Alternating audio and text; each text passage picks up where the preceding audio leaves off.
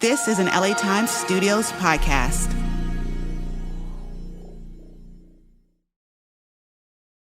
My name is Sammy Roth, and I'm the climate columnist for the Los Angeles Times. This is Boiling Point.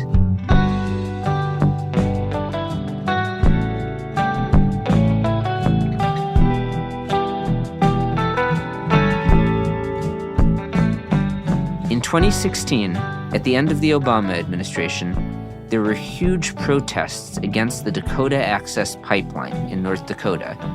The oil pipeline was being built by a company called Energy Transfer Partners across lands sacred to the Standing Rock Sioux tribe. Ultimately, the protesters lost, and the pipeline was built. But the story doesn't end there. In 2019, the pipeline developer, Energy Transfer, filed a lawsuit against Greenpeace, one of the environmental groups involved in the protests. The company accused Greenpeace of trespass, nuisance, defamation, and more, claiming the group had coordinated a, quote, unlawful and violent scheme to cause financial harm. Greenpeace defended itself. The group said it had played a small, peaceful role in the protests, which, I should note, also resulted in violence by law enforcement officers and private security contractors against the protesters. Greenpeace argued that the lawsuit was basically a giant intimidation tactic designed to deter future protests and silence free speech. And the sad thing is, the intimidation might work. Last month, a jury of North Dakota residents ordered Greenpeace to pay damages totaling more than $666 million to Energy Transfer Partners. Greenpeace plans to appeal. But whatever ends up happening, free speech experts say the massive damage award could have a chilling effect on future protests. There's another angle to the Greenpeace story, though, that's been flying under the radar, which is that fossil fuel companies and their allies aren't just trying to intimidate protesters. Some of those companies are trying to shape the way that people think about protesters, and they're doing it through fake news. Our guest today on Boiling Point is Miranda Green. She's an investigative climate reporter based in Los Angeles, and she's written for a whole bunch of excellent publications, including ProPublica, NPR, The Guardian, and Floodlight. She had a story last month that really caught my attention about a mysterious newspaper that started showing up in the small North Dakota town where the Greenpeace trial was taking place. Dakota Access Pipeline protests, years and years after the fact, and these stories seemed like they were designed to make people dislike the protesters. And this wasn't the first time Miranda found a weird news organization that seemed determined to help out a fossil fuel company. But let's not spoil the ending. Here's my conversation with Miranda. Miranda, thank you very much for being with us on the Boiling Point podcast. Thanks for having me, Sammy.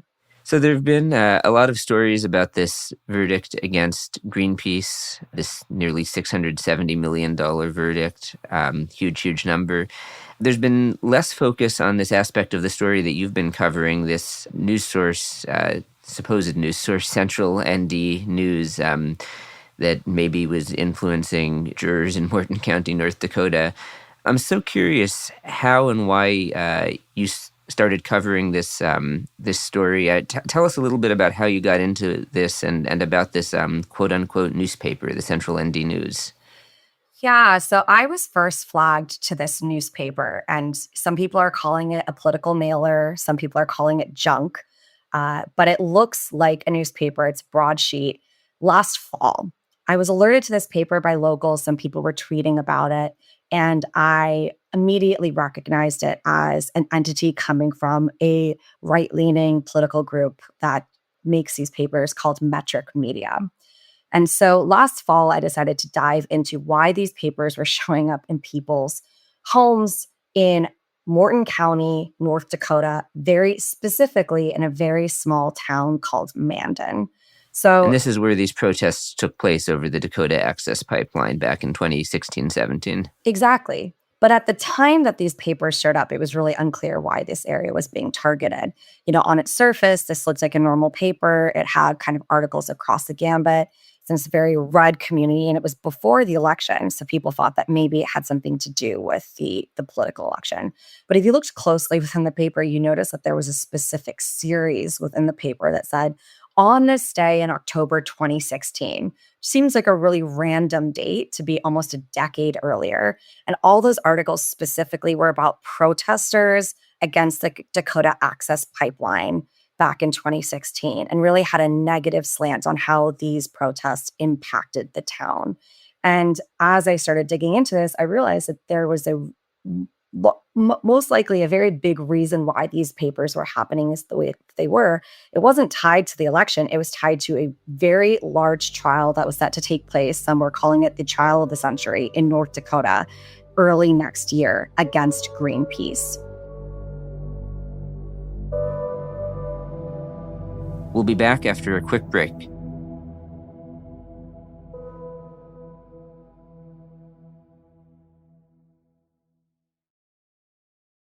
It's sort of very similar as to being a foster parent. You go in it not for the length of time, but to know that even 2 months or 10 years can still create a big impact in a child's life. So CASA is a nonprofit organization that stands for Court-Appointed Special Advocate. Okay. And they specialize in making sure that the child's needs are met, whether it's medical, health, educational, and ensuring that the child is receiving the most stability they can.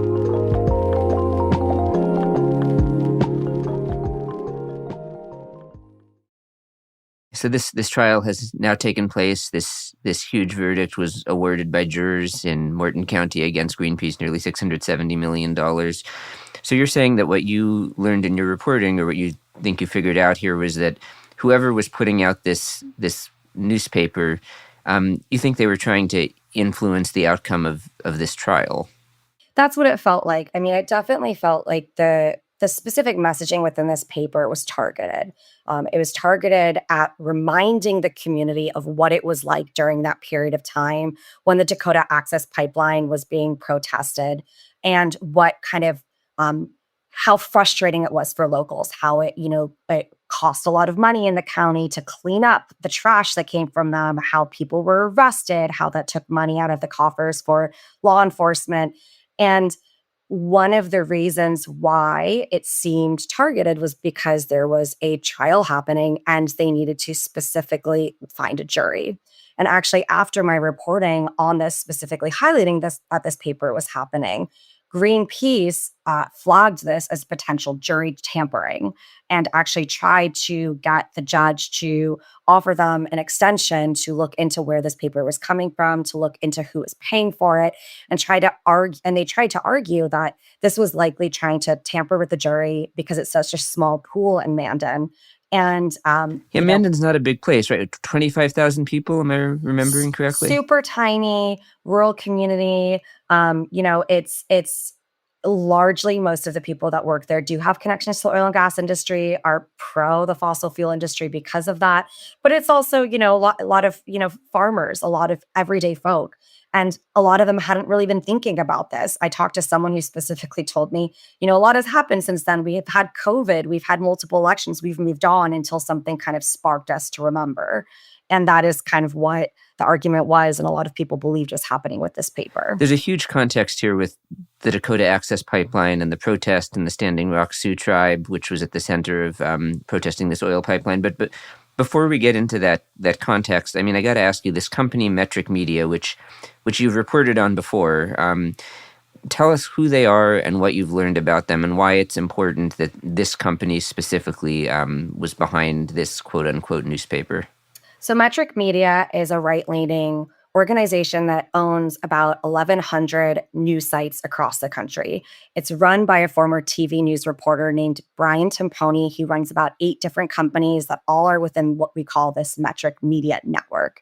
And what they put together are these websites that some people call pink slime news sites. So pink slime is kind of— What a great term, pink slime. I know, I always feel a little disgusting when I say it.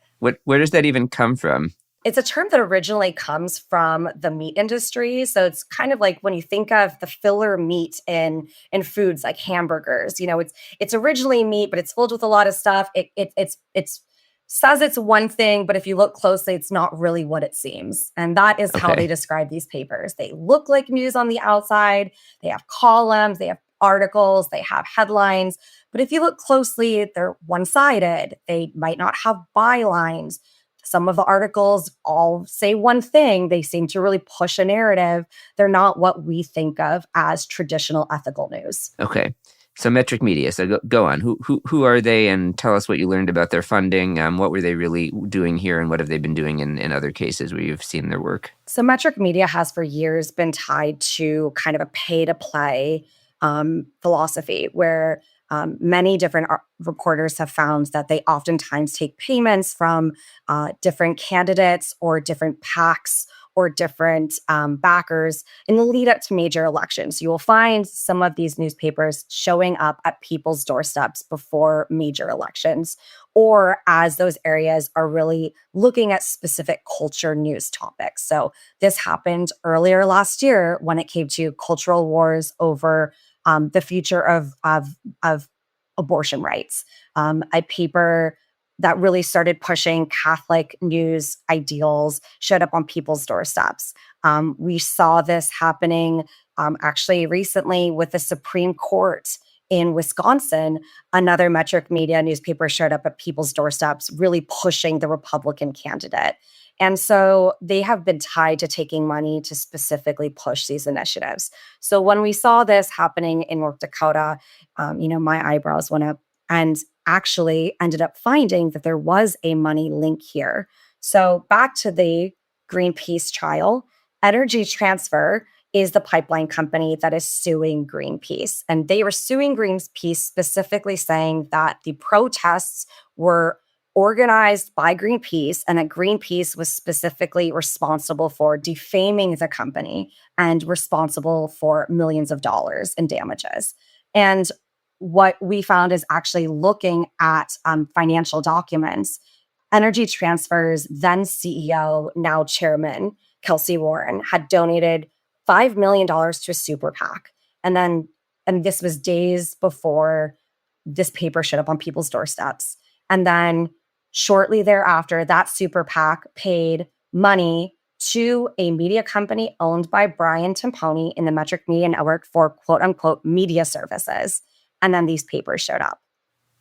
Okay, so there's a link between money flowing from the person who's in charge of Energy Transfer, this Texas company that built the Dakota Access Pipeline and operates it today, and the guy who runs this Metric Media company that is suddenly distributing newspapers in Mandan, North Dakota, where they're selecting the jurors for the trial where Energy Transfer is suing Greenpeace for defamation and then wins a nearly $670 million verdict. Exactly. That's weird, to say the least. I think weird is definitely a good word for that. I think it would be hard to argue that this was just a coincidence. Yeah. And you did another really fascinating story about the work they've done in Ohio, where they were not promoting fossil fuels per se, but that was an anti-renewable energy product they were putting out, right? Where they were helping people go after solar development? Exactly. So there was a Metric Media paper in this small community called Mount Vernon, called the Mount Vernon News in Knox County, Ohio, and reported on this with ProPublica last year. And in a similar sense, this paper started attacking a local proposed solar farm. The solar farm was called Fraser Solar. It had recently been proposed in the town, hadn't gotten a lot of opposition. And then out of the blue, this local paper started kind of really going after it and criticizing it and questioning whether it was right for the community. There were only about 9 farmers in the town at the time that had signed up to lease their lands, but they would have made a significant amount of money out of it. This is a period of time where farming has become less lucrative, and solar, offers a big alternative to people who want to keep their land. But the paper really kind of went at it. And when we started digging deeper, noticing that it really started highlighting the talking points and really pushing the perspective of a key number of individuals in town that were really pro-gas, including the town's biggest employer, the Ariel Corporation, which manufactures gas parts. And as I recall, in Ohio, the solar project is still awaiting a vote, but there were politicians who were supportive of it who got booted out of office after this newspaper started attacking them. That's exactly right. There were county commissioners who were up for re-election who all of a sudden were facing pushback from locals and specifically articles targeting them for their perspective on solar. And, we interviewed one of these county commissioners, and he was not anti-solar. He was not pro-solar either. He was pro people's ability to use their land for what they want, which is a conservative ideal. It's a very conservative community. And all of a sudden, he started seeing articles attacking him in the papers, saying that he was this, pro-solar maverick, something that he said he wasn't, and yet he still lost his election. And I will say, Sammy, what was really interesting about that paper specifically is this is the first time that I believe it's been documented that Metric Media bought a paper. So this, Mount Vernon News was actually not one of their, typical pink slime papers that just exist online. And then every once in a while, they print out an issue and send it to people's stores. This was actually a historic paper that existed in that town since the turn of the century. This paper was run by real reporters. It had a hard newsroom, brick and mortar newsroom, and the community knew it is where they turned to for obituaries. And in 2020, it was purchased by Metric Media for about $1 million. And right away, changes began. Most of the reporters were laid off or turned to contract roles. The coverage completely, spiraled down. And then it started becoming this really anti-solar paper right when this solar project came in town. And actually, one of the local politicians I spoke to said that people kind of behind closed doors call it the Solar Times. I mean, I think one of the things that to me is so disturbing about all of this is you hear politicians, especially folks on the right, and especially President Trump, railing all the time about fake news, talking about what you and I do, which is actual journalism. But I mean, this is real fake news, isn't it? I mean, this is people who have a clear economic agenda trying to promote their own profits who are putting out fake news. Yeah, I think what really stood out to me is that this is different from right-leaning news, right? Right-leaning news has a perspective. It's maybe pushing an agenda, but it's at least transparent. They try to be transparent with where they're coming from. You have real bylines. You have real reporters. The names are the names of real reporters. That's not what we're seeing in this Metric Media network. Oftentimes, if there are byline names, those people don't exist. We haven't found any sort of, reference of them online. A lot of times, as articles are shared across the network, across multiple sites, they are pushing talking points of Koch network-linked think tanks, the State Policy Network, think tanks, think tanks like the Heritage Foundation, the Manhattan Institute, groups that we know are climate denier groups or climate skeptic groups that don't believe that climate change. And getting all sorts of money from not just the Koch brothers who are fossil fuel billionaires, but other fossil fuel linked companies and groups and institutes. Exactly. So not only are they pushing a narrative, but they're obviously taking money from these organizations that really want to push that narrative. And those are the names and experts that are quoted over and over again in this network. And it's all one-sided. That you and I both know this, but when you write an article, you always give the other side a chance to comment. You always at least try to show what their perspective is, to have a balanced perspective on news. You don't see that in the Metric Media stories. One place that's gotten quite a bit of coverage is this publication called the Richmond Standard. You've written about them. The LA Times has covered them as well.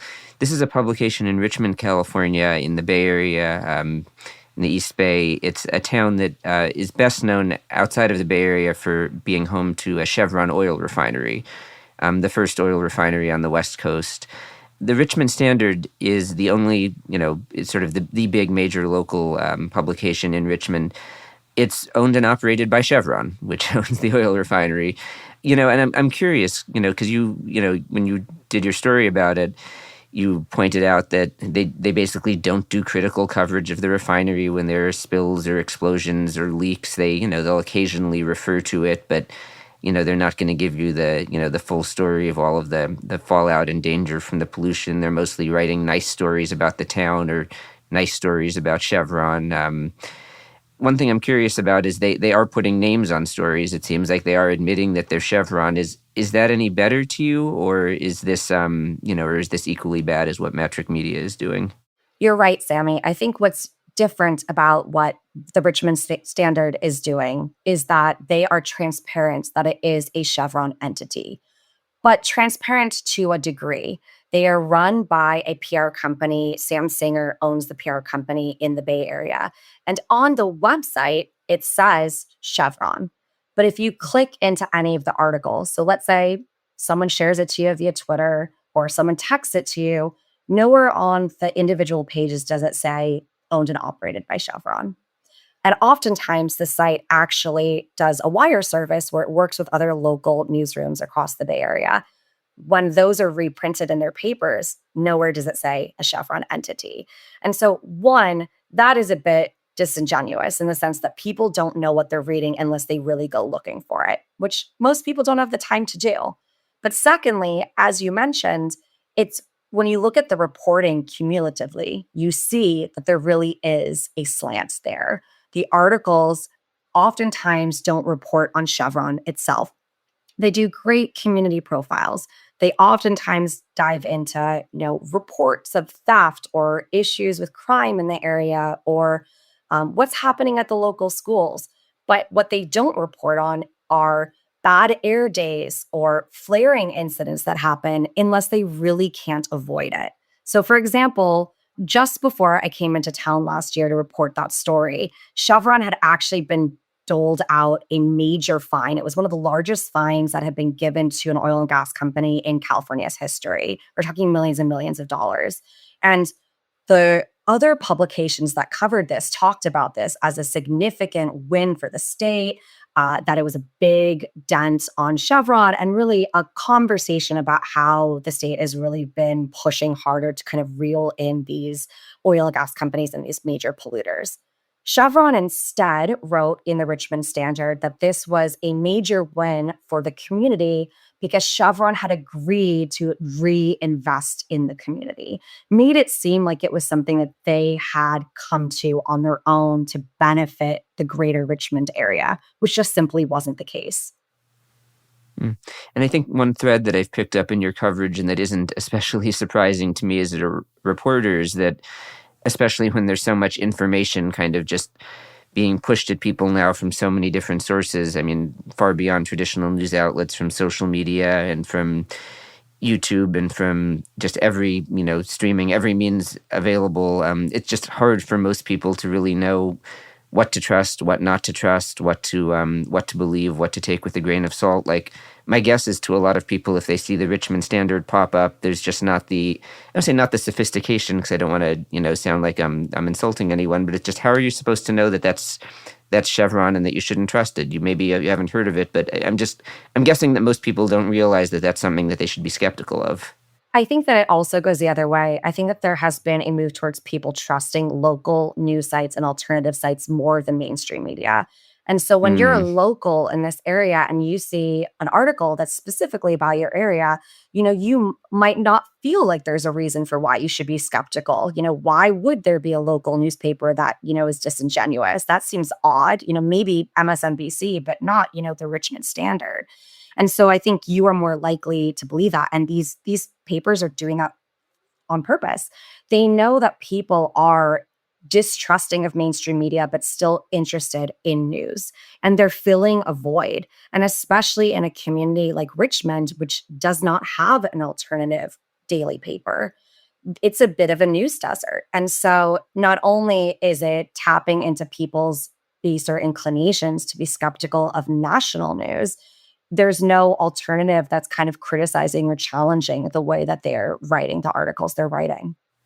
Well, and that's, and I think that's something that these companies are clearly exploiting. And I should say that, you've reported that Chevron is doing the same thing in the Permian Basin in Texas and New Mexico, and they've done something similar in South America. And we should talk about your Alabama power, utility Alabama Powers is up to all sorts of shenanigans as well. And there are plenty of examples of this, but I mean, it seems like a lot of these companies are taking advantage of the fact that, the news industry, our industry, has been suffering these, really dramatic declines for all sorts of reasons. The decline of print advertising and the struggles to adapt to a web-based business model, through some of our own faults, and people not wanting to pay for subscriptions online, which is just a problem that is really difficult to solve. I mean, it creates these news deserts, that term you use, where there are local communities that are not served by that many, if any, real journalists. And so in that information vacuum, I think it just probably becomes easier for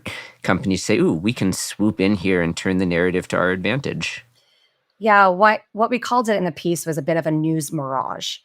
Chevron has been operating that paper for a decade now. So they were actually one of the first to really get on this bandwagon and have really set the ground as this kind of playbook that a lot of other publications have looked to. And, you have to think, Sammy, at the end of the day, maybe this is a great resource to the community, but Chevron is a business. And I imagine that they make these decisions strategically. So if they're putting money into this enterprise, they're paying a PR company to run this consistently, they're expanding this kind of playbook themselves across the Permian Basin or in the Amazon and key areas that are strategic to them. They must believe they're getting something out of it from a PR perspective. And that is what these papers are at the end of the day. They are a public relations tool. And other oil and gas industries and utility companies as well have actually pointed to the Richmond Standard as kind of this gold star standard on doing that. Well, who's copying Chevron? Where else have you seen this? Where are they using this as the standard? Yeah, so the Alabama Power, which is the largest utility company in Alabama, specifically mentioned that the Richmond Standard was the first group to do this right when they decided to establish the Alabama News Center. So Alabama Power established the Alabama News Center in 2015, and it is a site that they actually call a source for good news. And so they only write about the good news of Alabama, which means that they only write about good news related to themselves. And in a podcast interview, a former reporter who's now a communications lead at Alabama Power, his name is Ike Piggott, he gave an interview specifically talking about why they started this news site and basically said that as news organizations have started talking about climate change in terms of a fact, a scientific reality, rather than an opinion, it has become harder for organizations to get their messaging out there clearly.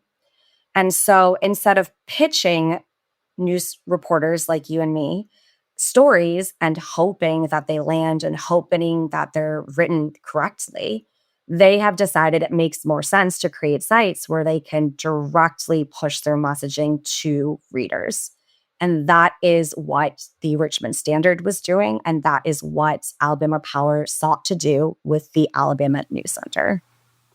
Right. And as I recall from your reporting, they're trying pretty hard over there to avoid people learning about a lot of the pollution from the coal and gas plants that Alabama Power operates. Yeah, it's really strategic. I mean, when you think about it, pollution's not a positive news story. When you think about it, fines are not positive news. So it's really easy to skip over some of the major issues that are tied to that news operation by simply pushing yourself as we just want to prop up the community, but not talk about any of the underlying issues that are really important to this community. And in addition to that reporting, I also reported on how Alabama Power's nonprofit arm had secretly bought a historic Black newspaper in Alabama called the Birmingham Times. And that newspaper also failed to cover key issues that you would imagine would be really important to a Black community, like rising electricity rates in the town, like pollution in historic Black neighborhoods, and just really paved over those issues and focused on, community profiles. We'll be back after a quick break.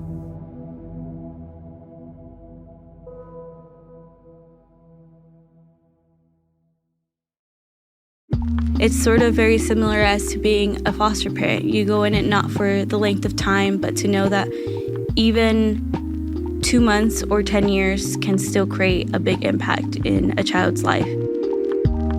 So CASA is a nonprofit organization that stands for Court-Appointed Special Advocate, and they specialize in making sure that the child's needs are met, whether it's medical, health, educational, and ensuring that the child is receiving the most stability they can.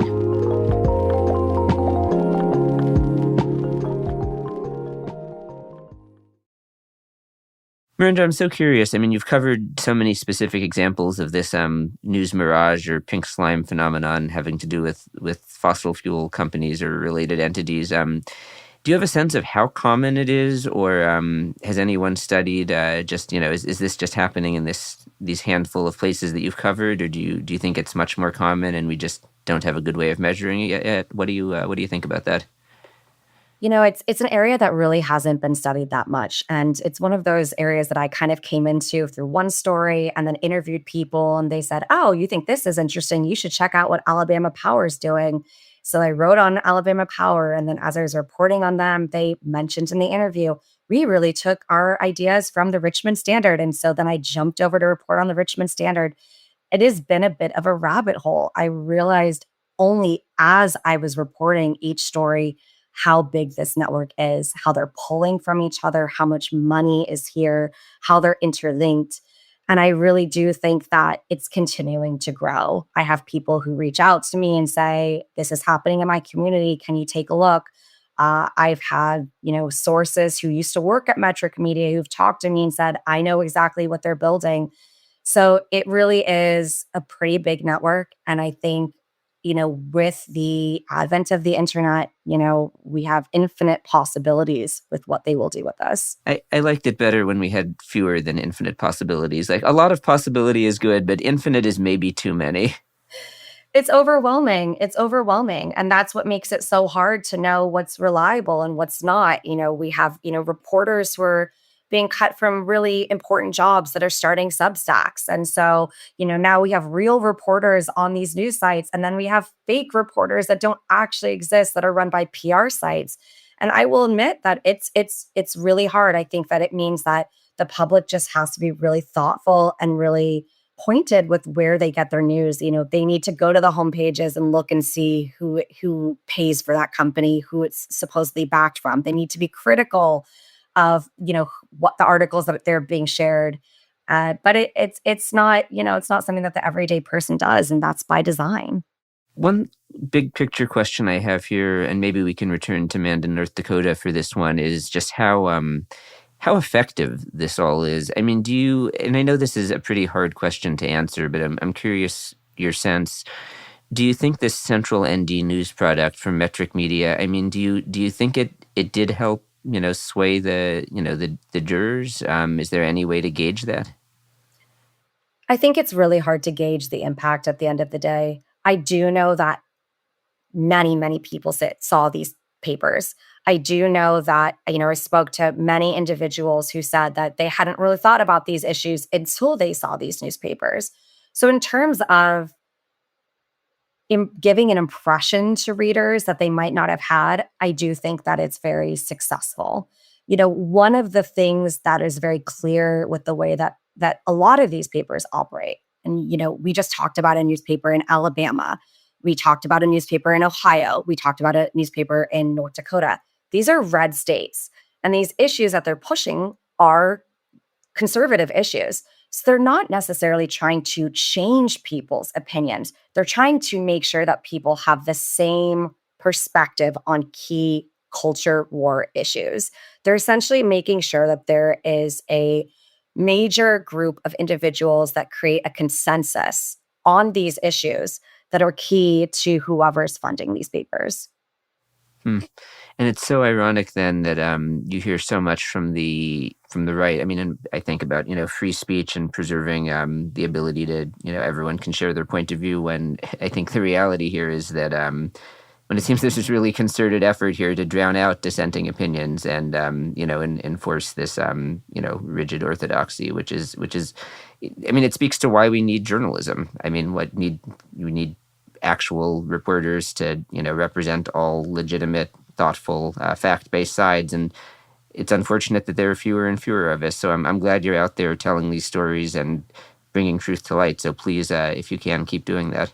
Thanks, Sammy. I agree with you. I think that at the end of the day, this kind of really shines a light on why real journalism is important. That you might not understand where these papers are coming from, and you might be confused by what you're reading, but fact-based reporting is ultimately the most reliable, and it shines a light on why it's important to trust the institutions that you're reading and know where they were getting their money.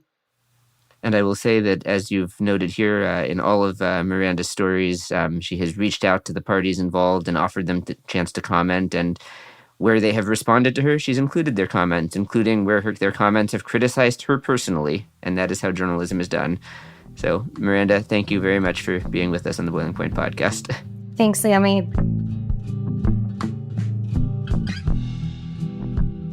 Check out the show notes for a link to Miranda's story on Metric Media and the Central ND News. It was published a few days before the Greenpeace verdict came out, so some of the information is a little bit out of date. For one thing, Greenpeace thought that Energy Transfer was only looking for damages of about $300 million. Still a ton of money. But the jury awarded more than double that.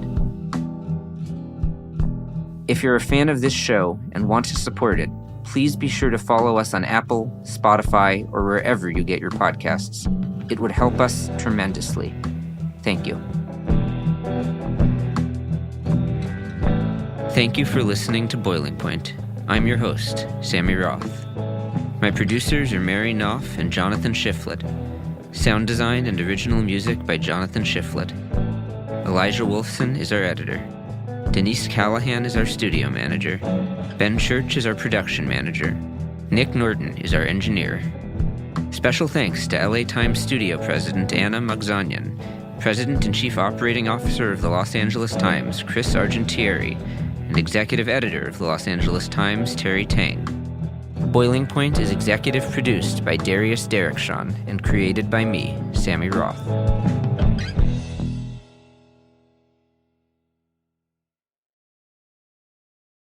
Who's abducting 100,000 children in China each year? And how was a cult where paedophilia, murder and torture were commonplace allowed to operate in Chile for nearly 4 decades? At True Crime Reports, a new video podcast from Al Jazeera, we'll investigate these stories from the Global South and beyond. True crimes that often haven't reached the headlines in the West. I'm Hala Mohieddin. In each episode, we'll take you to a different country. You'll hear from experts and first-hand accounts from those right at the heart of these stories. True Crime Reports. Find us under Al Jazeera's YouTube channel podcast tab and wherever you get your podcasts.